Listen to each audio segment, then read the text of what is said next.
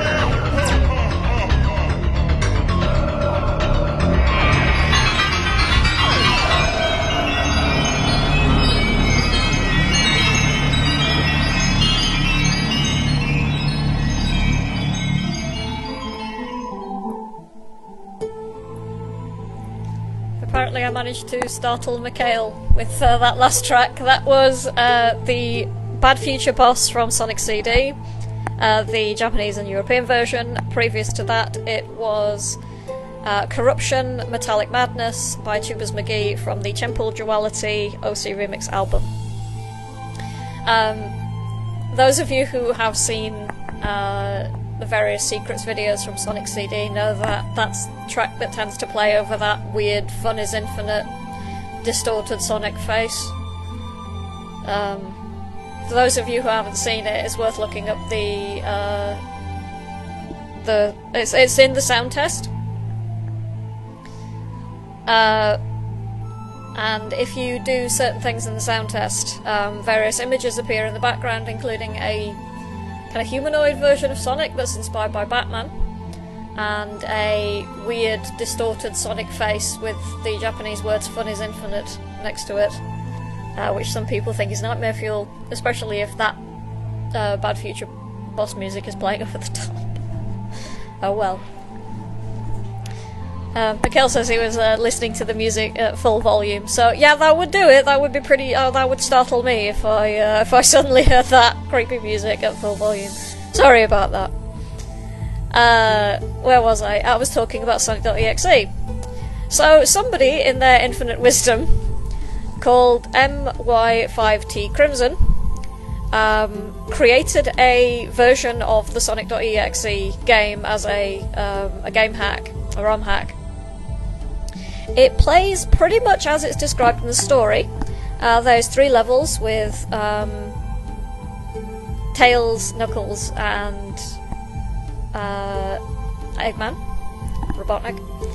You can find playthroughs by both Markiplier and PewDiePie, among lots of others on YouTube. I think for Markiplier's it was one of his very early playthroughs. And interestingly, there's an actual secret ending in the game, which involves finding 3 hidden minus rings. You have to do certain things like backtrack in various parts of levels.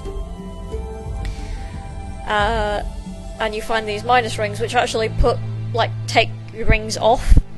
And considering there aren't any other rings in the game, then if you get all three of them, then you end up with minus 3 rings, which is odd. If you manage this, then you get to a secret stage where you play as Sonic and see several bits of distorted imagery in the background, and a message from the Sonic.exe Sonic demon thing, where he proclaims himself to be a god. And there's also a message written in Japanese, which when translated is a peculiar, slightly nonsensical ramble about being tortured and being lifted into a higher state of being or something. It's not exactly clear. I've been told that other versions of the game have different writing, but I can't confirm this personally. So yeah, Sonic.exe also has a sequel game which is called Sally.exe, which again features 3 levels. The first features Amy Rose, the second has Cream the Rabbit, and the third has Sally Acorn. Again, the Sonic Demon thing appears to wreak havoc, causing all 3 of them to be messily killed.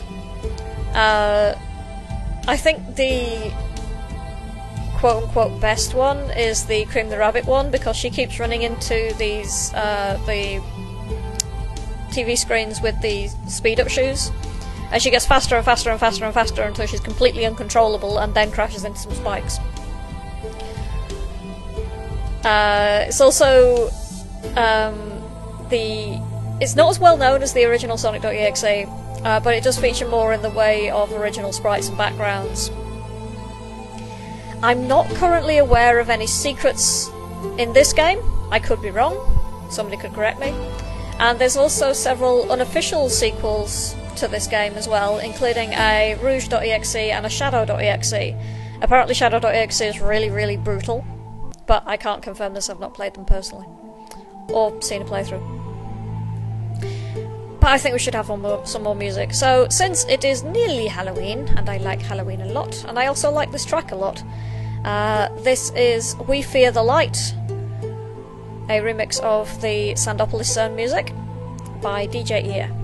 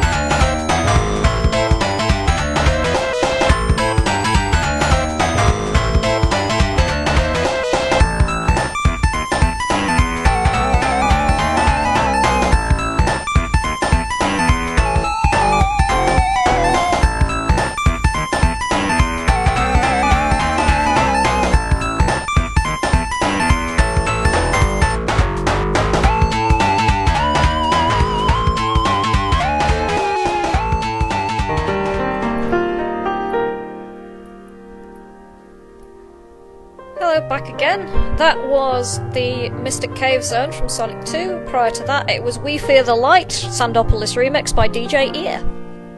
Hope you enjoyed those. We're just discussing, because of the Sandopolis remix, the little ghosts that are in Sandopolis Act 2. They are such a pain, especially as Mr. Jamie Wonderman pointed out. If you're playing as Knuckles, they're already released, so you have to run around like a crazy person trying to find the light switch because they're already huge. I personally think the ghosts are kind of cute when they're tiny and they first appear, but when they're big and scary and have teeth, they're pretty a pain in the ass. And some people are comparing it to the ghosts that are in is it Pumpkin Hill in Sonic Adventure 2? When you're doing where you're playing as Knuckles and you have the ghosts that are chasing you then. I forgot the name of it, I'll have to remember at some point. People are also complaining about Mystic Cave and the spike pit, the inescapable spike pit in Mystic Cave Act 2. I've only been caught in that a few times, mostly because I know where it is, so I know how to avoid it. But occasionally I screw up the jump, which is a bit of a pain.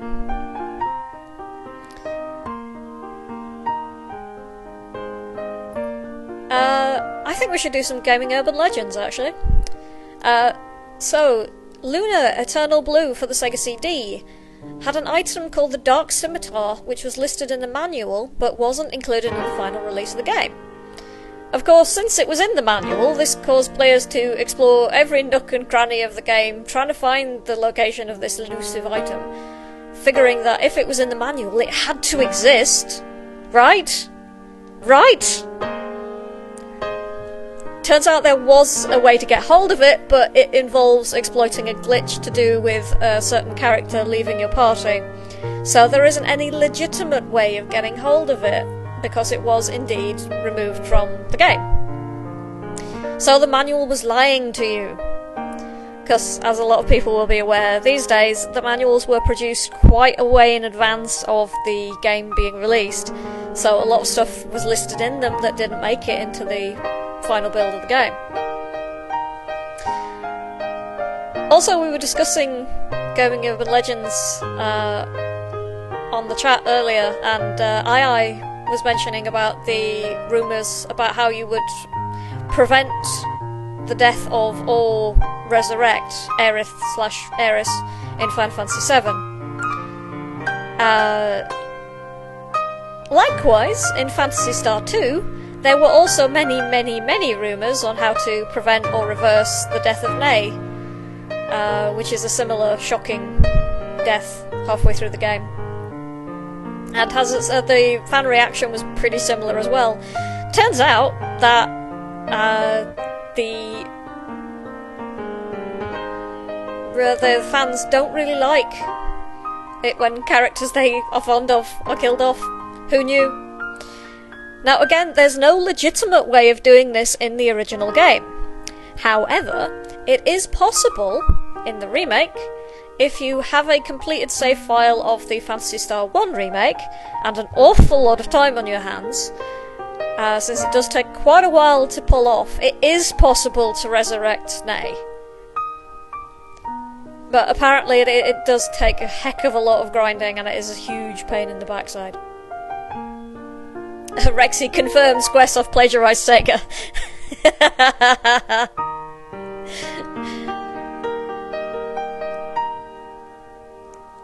Oh, spoilers.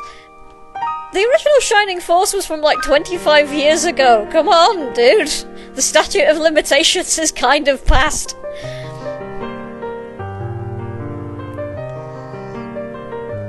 Mr. Wonderman Jamie is saying that the best urban legend there is, and it's not Sega, Luigi in Super Mario 64. Oh, L is real 2064 or whatever the hell it was. Which apparently doesn't say that at all. As bad as the Paul is dead rumour. So SPK is saying, well, sign me up for grabbing the remake so I can go through all that work in Shining Force. You carry on, dude. In fact, you film it and you can show us all what you have to do. There's probably playthroughs already, but it'd be cool to see somebody from the chat go through all of that. Let's have some more music.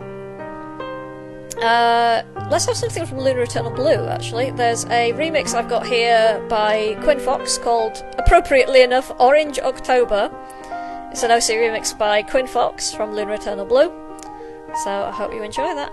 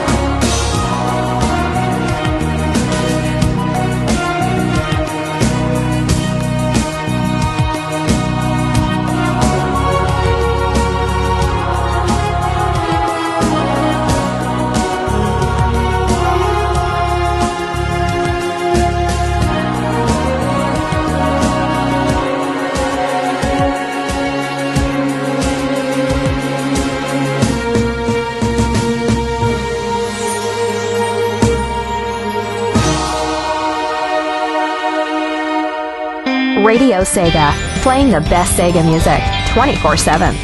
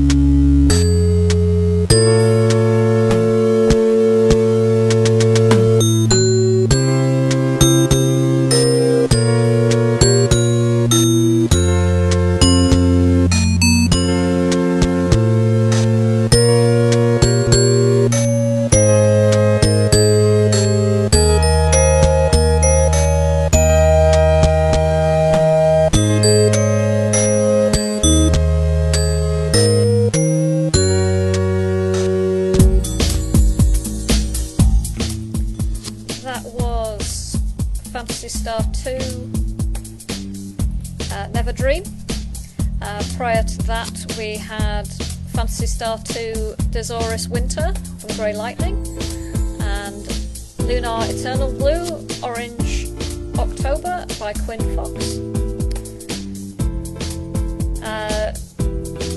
Mr. Wonderman is torturing everybody on the chat with horrific pictures, so I'm sure that it's all fine. Never mind. But yeah, 3 tracks for the price of 1, aren't I? Don't I spoil you lot? Anyway, more Gaming Urban Legends. There's a fairly persistent rumour regarding the original Shining Force game, which is perpetuated to this day by some gaming FAQ sites and online guides. The rumour says that it's possible to get outside of the starting town at the very beginning of the game and win a series of battles at the gates by forcing an NPC to move into the path of guard, blocking the exit. And then, allegedly, if you clear the battles using only the player character Max, as his default name is, you would unlock something referred to as Shining Influence. Now, where this falls down is that the rumours never really failed to specify exactly what this does, which is enough to make a cynical old git like me suspicious right off the bat.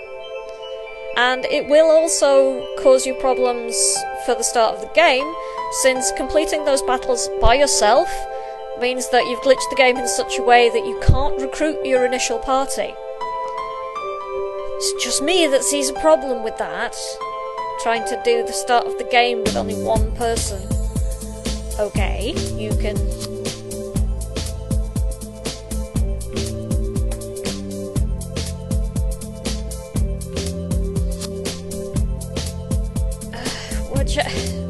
Jamie, please stop. Please stop, Jamie. Have something cute to help you relax. Oh, that is cute. There is a tiny blue cat with ladybird wings pouncing on a spider. That is very cute. Thank you very much, Jamie. I feel much better now. Oh dear Lord. Why do I do this? Why? let's talk about House of the Dead. Palate cleanser. So some House of the Dead trivia. Apparently the blue cat with the ladybird wings is Catbug from Bravest Warriors. Oh, it's adorable. I like it. I want one. I want a cat in general, so that's kind of beside the point. So, House of the Dead I was going to talk about. Just some random trivia. The characters of James Taylor and his partner Gary Stewart just so happen to share the names of two famous 70s singer-songwriters. It seems to me a little bit unlikely that that's pure coincidence, but I've never seen it confirmed that this is a deliberate reference. I don't think anybody from the development team has actually said yes, it's a reference, but it does seem a bit odd that two characters have theme naming by accident. Now, House of the Dead EX was never released outside of Japan, with one exception.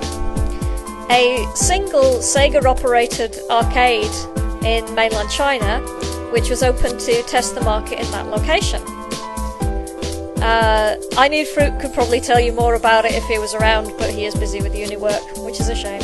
We miss you, I Need Fruit, come back soon. The arcade unfortunately didn't do very well and ended up closing down, and ended the life of the only EX machine outside of Japan. It's not clear what happened to the cabinet after that, though. So, it could be anywhere, frankly. There are Photoshop pictures of the cabinet in other locations that do continue to surface online from time to time. Also, the lack of worldwide release for that game means that most fans of the series in the US and Europe, the first time they ever saw Zobia and Zobiko in playable form was in Sonic and Sega All-Stars Racing. The first one, not transformed. So yeah, that's a bit sad that it took that long for us to actually see it. Oh well. Let's have some more music. Let's have some Shining Force and some House of the Dead music. So, first of all, we have Shining Force Attack from the original Shining Force game. Enjoy.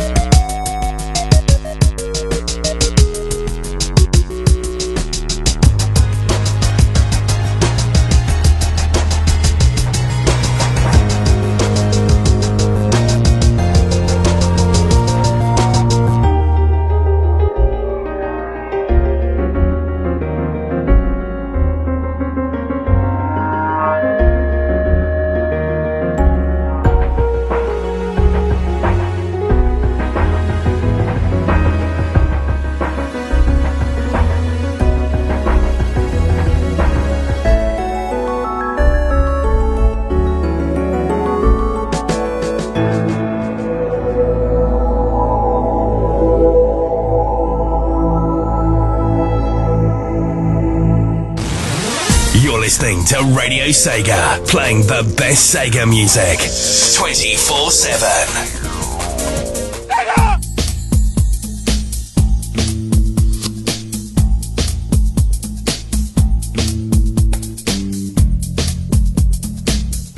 Hello again.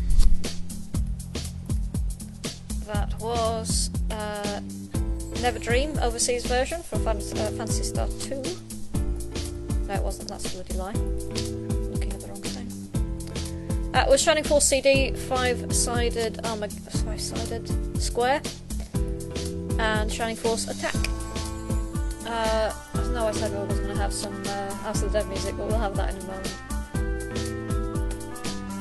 People are torturing me on the chat because they're saying how young they were when the original House of the Dead came out, and now I feel really, really old. So old. I may die of old age. But yeah, speaking of gaming urban legends, there was so many stories about Sonic and Tails and various other Sonic characters being in Super Smash Bros.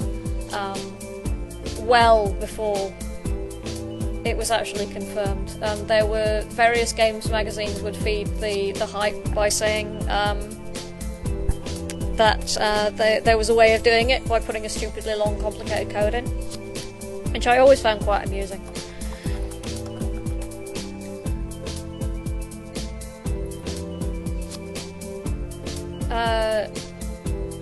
There was also jokes about Super Smash Bros. Getting extra characters and levels and stuff as part of a service that didn't exist called We Expand. It was supposed to be called Super Smash Bros. Brawl Extreme, geared towards an adult audience with gore and decapitations a la Mortal Kombat. That made me laugh like a drain because it's so stupid. There was also various comments about other characters who were supposed to be in it. Things like Missing Number and Chunky Kong, I think. It was, complete insanity. Mr. Wonderman Jamie is saying that Sonic was going to be in Melee along with Snake, but it was cut late in development. I've not seen any confirmation of that. If you can find me some confirmation of that, then I would be interested in seeing that. 'Cause that's pretty interesting.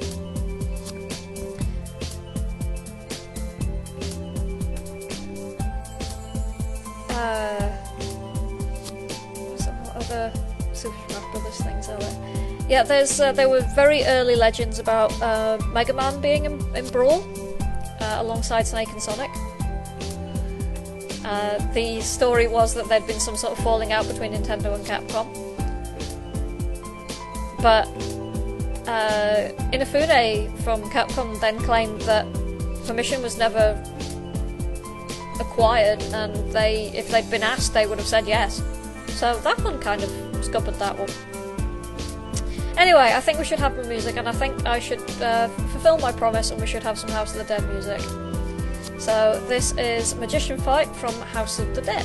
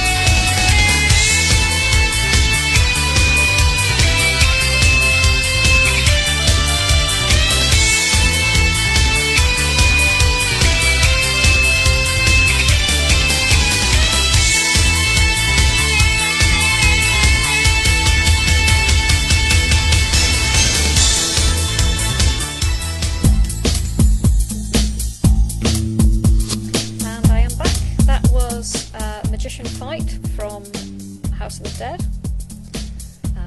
Hope you enjoyed that. I really like that track. I think it's great. Jamie Wonderman has confirmed that apparently, according to Yuji Naka, in an interview with Edge magazine, that that Super Smash Bros. Melee was very close, quote, to having Sonic as an unlockable character, but time constraints didn't allow them to continue with the idea. That's an interesting piece of information. Anyway, I've put it off for long enough, so let's talk about the Tails doll, shall we? Now, if you've never played Sonic R on the Saturn, you might be unaware of an unlockable character called the Tails doll. It's pretty much exactly what it sounds like, a plush doll resembling Tails, though it looks kind of, well, the graphics restraint on the Saturn means it looks very blocky looking, and it also is deliberately designed to look kind of poorly stitched together and has this blank, dead, slightly derpy, dead-eyed stare that gives it the very strong uncanny valley type appearance. Turns out that working in textiles is not Robotnik's preferred medium. Now, probably due to the uncanny valley effect of this thing, many fans of the Sonic series proclaim that this thing was weird, creepy, and frightening. Eventually, this culminated in an internet urban legend where stories claimed that anyone who either managed 100% completion on Sonic R, or who managed to tag Super Sonic with the Tails doll in battle tag mode, would find themselves visited by the creepy doll in the middle of the night in the real world, where they and their entire family would subsequently be horribly murdered. The song Can You Feel the Sunshine has become strongly associated with the Tails doll, to the point where this is kind of his theme. And there was also a creepypasta story site, a collection of various stories, that had that name. I don't know if it's still around. A quick Google search I couldn't find it, but it could still be out there somewhere. Now, this is odd because the Tails doll's home track on Sonic R, where you unlock him, is Radical City, which should make his theme living in the city. Huh. Perhaps it's due to the dissonance of having such a cheerful, upbeat song like Can You Feel the Sunshine being associated with such a creepy character? I don't know, it's one of those things. Fans are a bit odd.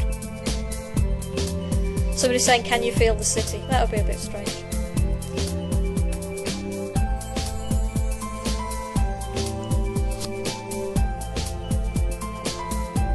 Let's just check the chat. Can you feel... yeah.